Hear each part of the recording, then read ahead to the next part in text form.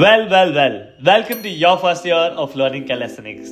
I'm sure you've gone through a lot of videos before, but haven't found even one single video which offers you not only exercise tips and progression, but also help you build a strong foundation with a workout structure you can follow. Well, we are going to change that today. I've allotted timestamps for each section, so feel free to browse through, but I also recommend you watching the entire thing.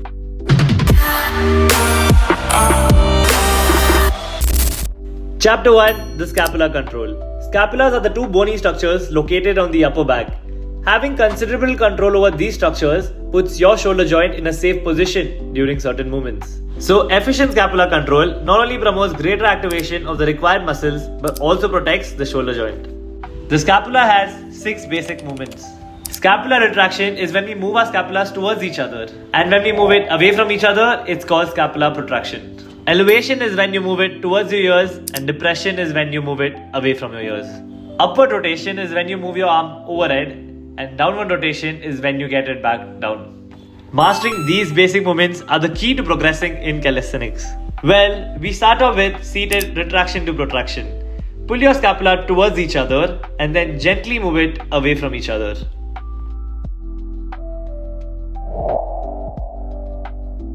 Moving forward, we are going to practice the scapula pull-ups. You're going to learn how to depress your scapula. Start from a hang and drive your shoulders away from your ears and then come back to the same position. A regression would be to do Y raises. Simply raise your hand in a Y-shaped position and then move your shoulders towards your ears and away from it. Make sure that the movement is coming directly from your shoulders and there's no bending of your elbows. To practice shoulder elevation, we are moving into a pike position. Take your hands all the way inside and keep your head between your shoulders, and then simply move your scapulas towards your ears into elevation and then back to normal. Chapter 2. The wrist protocol. Calisthenics as a sport is heavily dependent on wrist strength. So make sure to follow this 3-minute protocol before each and every workout. Forward rocks. Keep your palms shoulder width apart and lean forward. As you're leaning forward, put pressure on your fingertips and then come back and release the pressure. Go back and forth for a minute and then rotate your palms so that your fingers are pointing towards you and perform the backward rocks. Lean back and forth, back and forth for another minute. From here, I want you to make a fist with your hand and then gently break the fist, applying gentle pressure, and then come back and make the fist. Break the fist and make the fist for another minute. Moving on to chapter 3, mastering the basics. Basics is essentially mastering your pull-ups, push-ups, dips and squats. Starting off with pull-ups, one of the most iconic moves to build a solid back. We begin by simply just hanging on the bar to get used to holding our body weight. As we get stronger, we move on to scapula pull-ups. As shown in the Scapula Control section, this teaches us the right initial engagement to do a pull-up. The next progression would be Australian pull-ups. We start off with scapular depression, and as we pull our body towards the ring, we move on to retraction. Breathe out on your way up and breathe in as you come down. To make the movement slightly harder, simply take a step down and perform the movement. Another great beginner progression would be your table pull-ups. Hold the bar wider than shoulder width apart and then place your hips right below the bar. As you pull up, remember to exhale, and as you come down, remember to inhale. As these progressions get easier, over time we move on to banded pull-ups. Start off with a heavy band such as a 25 kg band, and as that gets easy, we move on to a lighter band that can be your 15 kg or your 5 kg band. Remember to keep your shoulders depressed throughout the movement and place your chin over the bar to complete the rep. Next up, we have the push-ups, a compound exercise which targets primarily your shoulders, triceps and chest. To perform this, keep your arms shoulder width apart and right below your shoulders. Extend your legs all the way back. Keep your core and glutes engaged and go all the way down in a single line and come back up in a single line. While coming back, make sure your hip doesn't move up first. Your body should move as a single unit. Retract your scapulas as you're going down and protract them as you're coming up. And also make sure that your elbows are not flaring out. It remains in a 45-degree angle, which keeps the shoulder joint in a safe position. To build up to your first push-up, it's important for you to practice these progressions. Start off on an elevated surface, and as you get more and more comfortable, decrease the elevation and perform the same. Over time, you will be able to move on to the floor and perform knee push-ups followed by the normal push-ups. The goal is to do 3 sets of 12 reps of each progression before you move on to the harder progression. Moving on, we have the bodyweight dips, one of the best upper body exercises out there. To perform this, we maintain shoulder depression, that is shoulders away from ears, and a slight lean, and then we lean forward and go down. While coming back up, we exhale. Make sure that your chest doesn't remain open. It's supposed to be closed and under tension. It's also important to keep our core engaged throughout the movement. As we perform the dips, keep in mind that your elbows never flare out. It remains closer to the body. So shoulders depressed, bicep facing outward, take a deep breath in, go down, and as you are coming up, exhale. To build up to your first dip, it's important that you work in easier progressions. We start off with a bench dip. Keep your palms right below your glutes and then take a step away and go all the way down and all the way up. Make sure that each rep you're locking your elbows on top.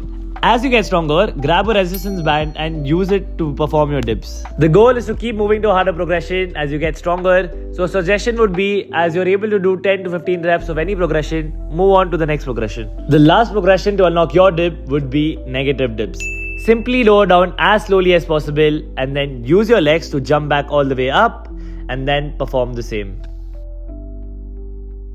Next up, we have the bodyweight squats. One of the most functional exercises that everyone must be able to do. Initiate the movement by pushing your hips slightly back and sit down as if you were sitting on a chair and then come back up. When going down, make sure that your heels don't lift off the ground. Keep your heels on the ground and perform the movement.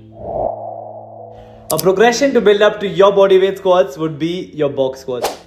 Perform this on an elevated surface, and as you get comfortable, decrease the elevation and perform the movement. And very soon you'll be able to do it without the box. Now that we have understood the basic exercises, here's a workout structure you can follow. On Mondays we have an upper body day. An ideal break would be around 2 minutes between each exercise. So for joint prep and warm up, we start off with cat and cow, perform 10 reps. Be intentional about your movements. Focus on retraction and protraction of your scapula. Then we move on to downward dog to cobra to open up our spine. Perform 5 reps each, followed by the world's greatest stretch. Get your right leg beside your right hand and then take your right hand towards your left side and then open it all the way up, looking towards the sky. Perform 5 reps each side, followed by an elbow plank. Make sure to keep your core tense and hold this position for about 30 seconds to 45 seconds. To warm up our shoulders, we do beast shoulder taps. Perform 10 reps each side. Then grab a stick or a resistance band and perform shoulder dislocation. Make sure that your elbows don't bend and perform 8 to 10 reps with this. To get our scapulas moving, we are going to perform Y raises. Keep your shoulders depressed and then raise your hand up and down. Followed by T raises, where you make a T shape with your body and then retract your scapula and protract it. Do each exercise for 15 reps. And to end the warm-up, we're going to perform jumping jacks for 30 seconds followed by 30 seconds of high knees. It's important that we never skip our warm-up. Warm-ups are essential not only in keeping you injury-free, but they also improve your performance. Okay, let's get started with the workout. Our first exercise is push-ups. Pick a push-up variation you're comfortable with and perform 3 sets of 8 reps each, followed by alternate shoulder taps, 3 sets, 12 reps each. While doing this, make sure that your palm is right below your shoulders and your body is not wavering a lot during the movement. Then pick a pull-up variation you're comfortable with and perform 3 sets of 8 reps. Make sure that your shoulder remains depressed throughout the movement. Next up, we have the Superman in and outs. Lift your upper body while driving your elbows inward and scapulas into retraction. Perform this 3 sets of 12 reps each. And then move on to plank hold. Perform your max hold for 2 sets. Make sure that your hip doesn't look like this, your core and glutes are engaged throughout the movement. And the last exercise for the day is the Russian twist. Twist and turn your body, making sure it hits your obliques. Perform 2 sets of 15 reps each.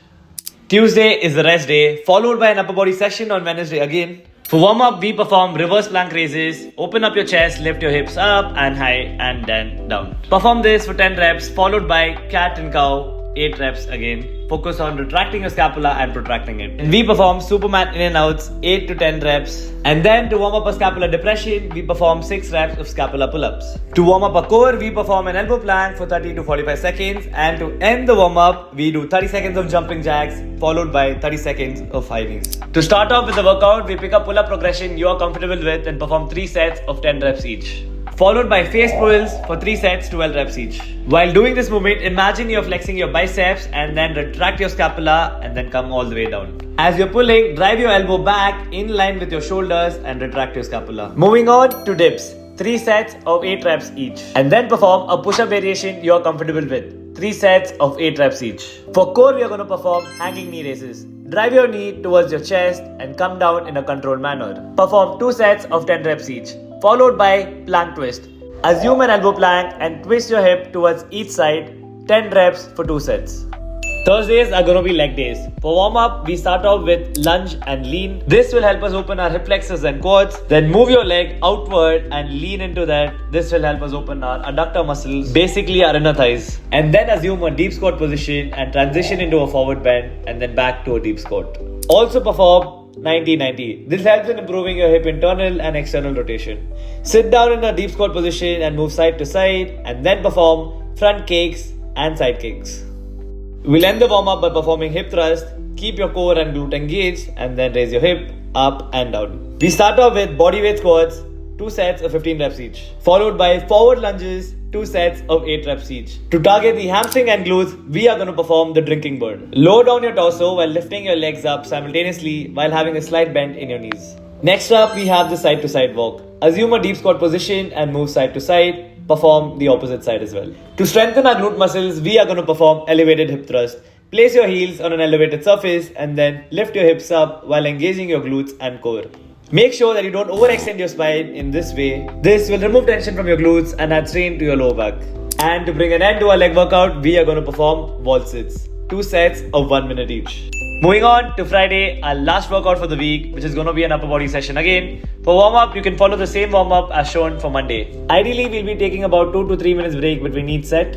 So starting off, we perform dips. Choose a progression you're comfortable with and perform 2 sets of 8 reps each.